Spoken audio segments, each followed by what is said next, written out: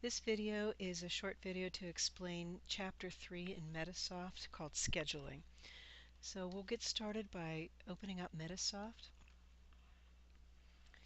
and talk about briefly different ways we can get into the scheduling component in Metasoft. We have the option of the shortcut button called the Appointment Book, the red and white. We have another option under Activities, sliding all the way down to almost the bottom and selecting Appointment Book there. Or if you have the three icons on your desktop, you can simply open up Office Hours. The advantage of having folks go through just the office hours and not through the main Metasoft option is it limits their ability to get into all the financial data on the patient. So if you have an employee who may not have the authorization to get into everything else, you can just have them work right in office hours. For our purposes today, I am going to go right through Metasoft, and I'm going to use the shortcut button. So just know that there are several options to get there, and it will open up that office hours component separate from the Metasoft. If you look at the bottom on my status bar, I have two for Metasoft. One is the main program and one is the office hours. So you can open up office hours without even opening up Metasoft. Let's get oriented at what we're looking at. You see that we have the title bar indicating we're in office hours. Again, we have a menu bar. It's abbreviated. It doesn't have as much, it doesn't have as many options, and it's tailored to setting up appointments. So as you go through that, you can see these more about appointments and less about anything else in Metasoft. Then we have a shortcut button options that if you hover over them, it will give you a brief description of what they are. And then on the far right side, we have our list of physicians. In this case, we have one physician. If we need to change the physicians, we just click the drop down arrow and we can select whichever physician we want to get to. I need to point out too, to the right of the drop down arrow is this little magnifying glass. If you click on it, it displays the physicians. Again, it just gives it to you in a different window, so if you maybe need to see it a little bit more completely than just that small drop down, you can. So I don't know, we'll go, doesn't matter, I'm just demoing here. We'll go with Catherine Yan. I'll select OK. So all I'm seeing on this screen is her schedule. I have access to the other schedules, but it's just hers that's displayed. I'll show you how we can look at more of them, but for now, in a minute, let's look at what else is on our screen. We have a calendar. It's pretty self-explanatory.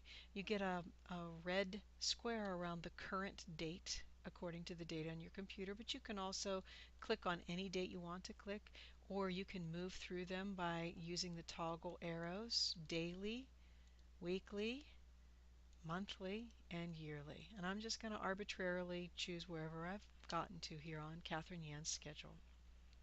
Then finally, we have these time slots here that are right now everything is open. These are showing the office hours, and you'll notice that they are in 15-minute increments. That's usually how a doctor's office and facility often run, is in 15-minute increments. So that takes care of just this screen. Now I'll show you in just a moment how we can set up an appointment, but let me draw your eye down to the bottom right corner. We have these buttons that show daily, weekly, monthly, and then multiple doctors. So right now it defaults to daily. If you prefer to see the doctor's weekly schedule, you can click on that and it will show you all the days. If you prefer to see their monthly schedule, now it's hard to see the patient names when you actually have them in here, but you can see what time slots or days might be open or more busy for the physician, so you can adjust accordingly. And then finally, when you click on the multiple providers, you see all the doctor schedules for that particular day, as well as special ones, who's doing hospital rounds, who has their breaks and seminars and that sort of thing. We're going to go back to the single view just to make it simple and talk about how do we actually set up an appointment now. And if you're following along in your book, Chapter 3 begins on page 89 in your book. And if you would like, as you look at the book, you'll see on pages 90 and 91, I'm sorry, just page 90, they give you a quick description of all the shortcut buttons.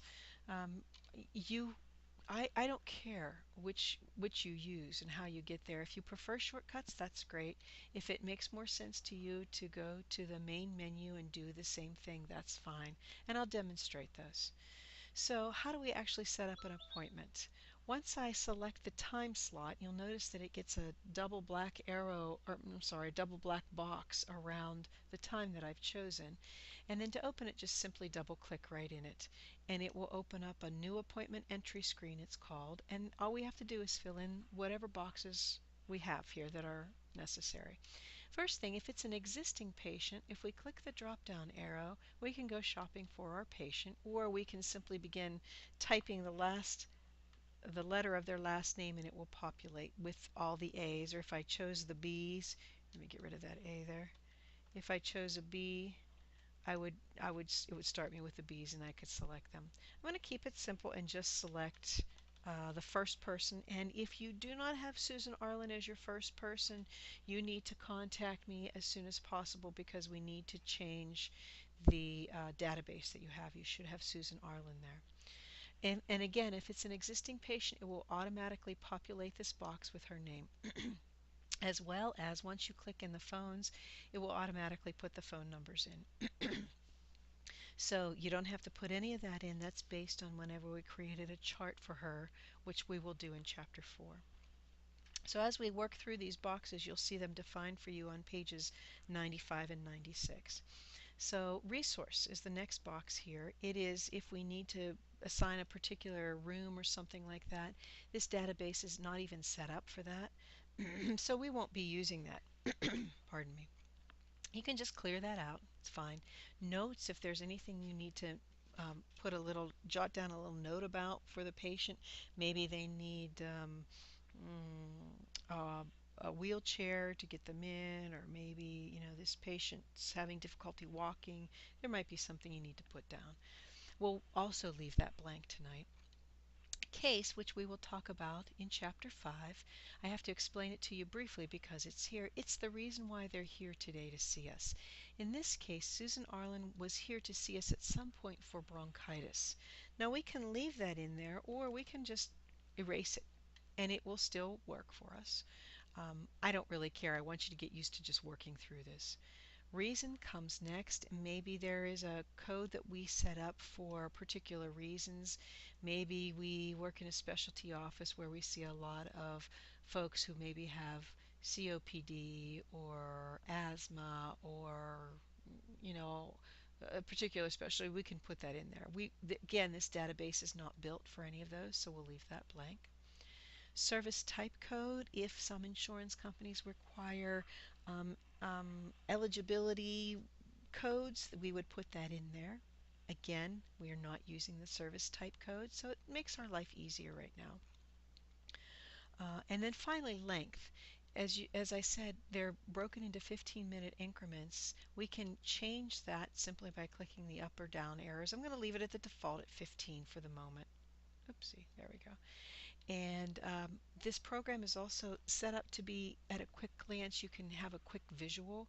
I'm going to choose a bright color so that you can see what this looks like. I'm going to choose aqua. It defaults at silver. You do what you want. If you want to play with the colors, go for it.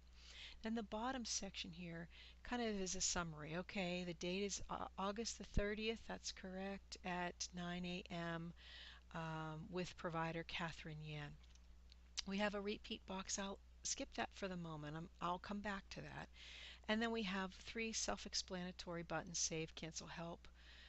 Status, I'll come back to that as well as these bottom buttons. So let me just save this and show you what it looks like.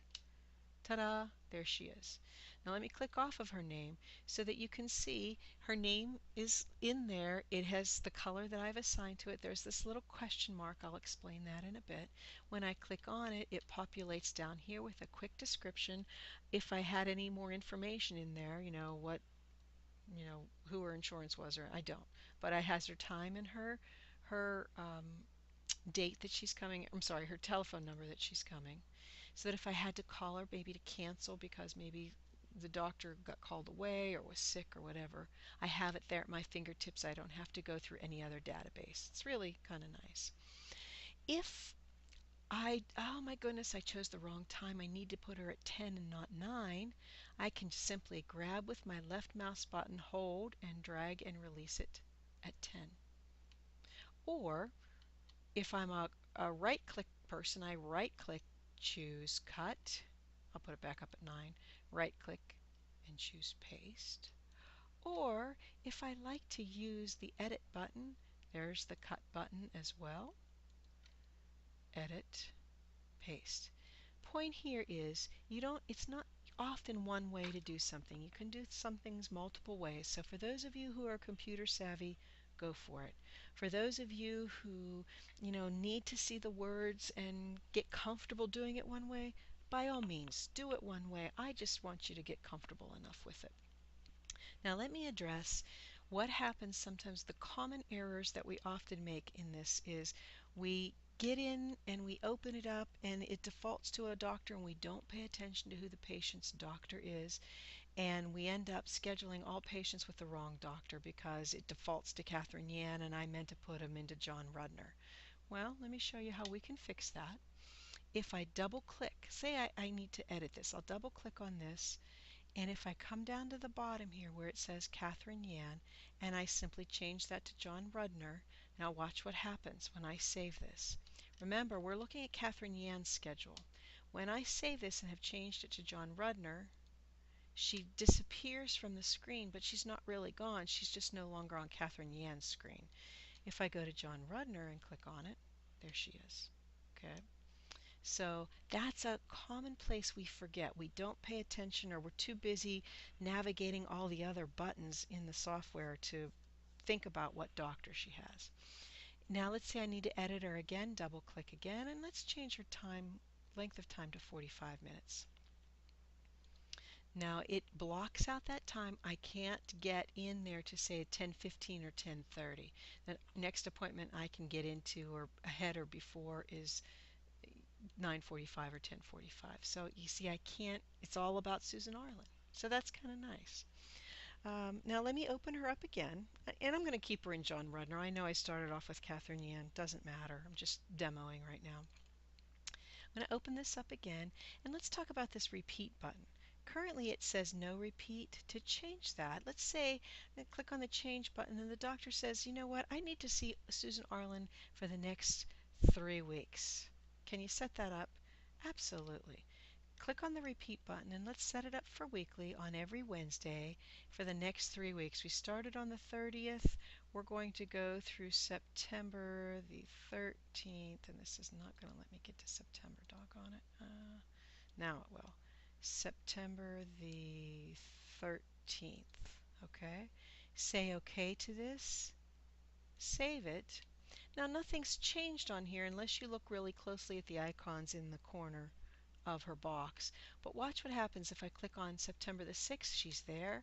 If I click on the 13th, she's there, and the 20th, she's gone. Okay, so really simple. I don't have to go typing in multiple places.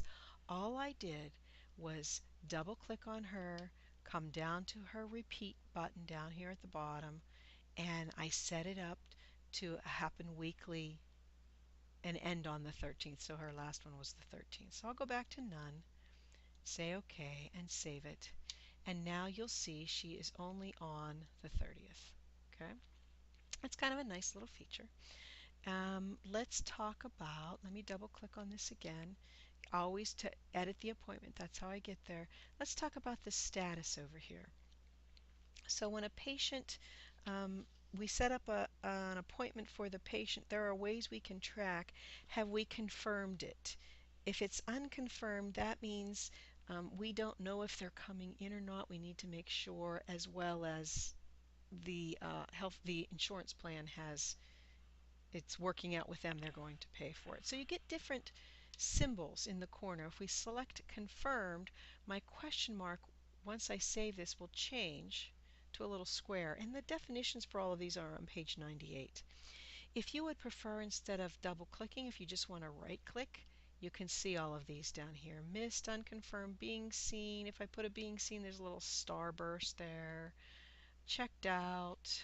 I don't know what that symbol is. You can take a look at all of those things. So That's what that means. I'll go back to unconfirmed right there.